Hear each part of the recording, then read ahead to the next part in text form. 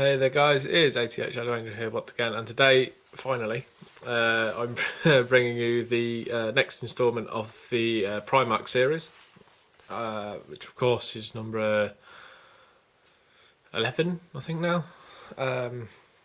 And today it is the Raven Lord himself, Corvus Corax.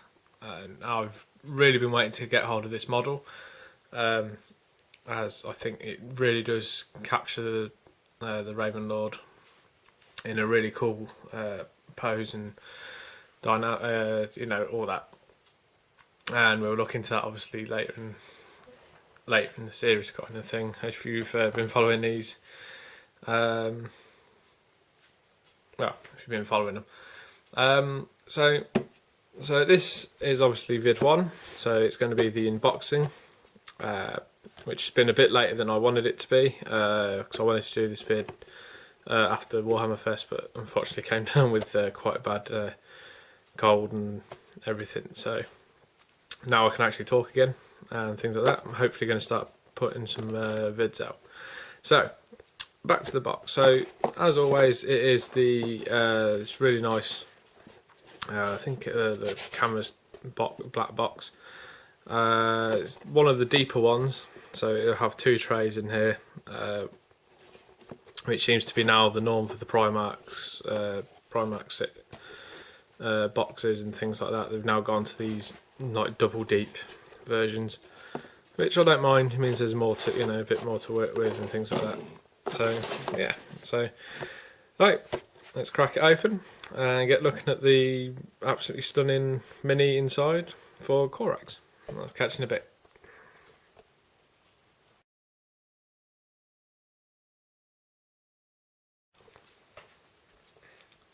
So here we are, guys. So this is what you get inside. So you'll get the 2 boxes, trays, whatever you want to call them, plus obviously the collector card. So that's what the Corax model will look like when it's finished.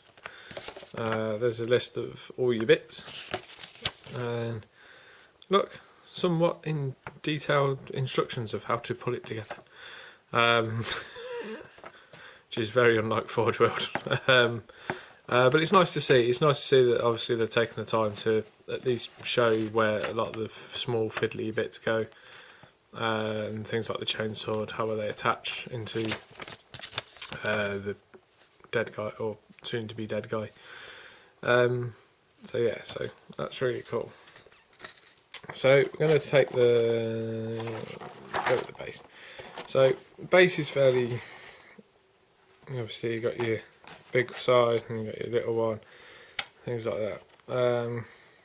As much as I'd love to go into real detail in this, it is basically just rubble. So obviously you've got your pipes and things like that sticking out of it, and really beautiful bits and pieces here. But all in all, it is just a concrete base, and I'm sure that, but let's go straight onto the money bit. So open this. So as you can see, loads and loads of pieces through. So okay, first might as well take a look at this. So here you've got his archetype pistol, and the razor whip and things like that, and a bit of panelling off the armours. But it's Corax then. Yeah, this is right hand, things like that. So as you can see, really cool, and the detail in the whip's really nice, with the actual ridges and stuff like that, to give it that kind of really cool like metal chain feel. So Corax's body, as you can see, the main body is all in one piece, so legs and torso, landing down on this bit of rubber, and I love the fact that you have this kind of really massive bit of impact as he lands. And then for the armour for itself, really nicely detailed, as with all the other Primarchs. all the baubles, the heresy armour, or heresy marks of armour and things like that, so really brings it in. Really nice Raven Guard symbol on there with the dot, with the some kind of jewel or something in the middle, and the raven skull, winged raven skull on the other side as well as on the breastplate, and this weird tribal design that they seem to have given Raven Guard, which I'm still trying to figure out why or where it's come from. So have the I can't remember, Mark 2, I think, Mark 2 or 3, which is really cool. The wound and everything else looks really cool, and you can see the shatter pattern on the armour. Still deciding on what legion I'm going to paint him up as. Then you got the wings. Now, I've been told that the wings are fairly fragile. You can see they're quite thin resin, and as beautifully detailed as they are, and how they look and things like that. I'm going to have to be really careful with these, because I have been told that they have been fairly fragile to others. So you get 2 of these, obviously one either side, to give them the wing jump pack. And then thrusters. So 2 guiding and 1 fixed for forward momentum and things like that. The cool turbine blades on the insides. So real cool fun to have with them. We got so you've got 2 obviously Corax's shoulder pads. So you've got his Raven Terminator honours, and then you got the Raven Guard symbol for the other one, which looks really cool. And then you got the arm for the dying guy, which looks really nice. Then Corax's head. Now, there's a lot of there's a lot of talk over the way Corax's head looks, in terms of how long the hair is and all this lot. Personally, I don't mind it. I think it looks quite cool. I was never a fan of the like Beatles haircut that he's usually pictured with, but I think they've got that really cool look for Corax, and obviously coming in with the hair bellowing in the wind, and it's not as long as a lot of people made it out to be. It is quite shortish but long at the same time. And obviously the backpack for the Marine. So what else we got here? So this is the makeup of Corax's backpack. So the jump pack, I believe, sits in there.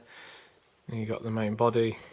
You've then got his holstered pistol, the other archetype pistol, along with that other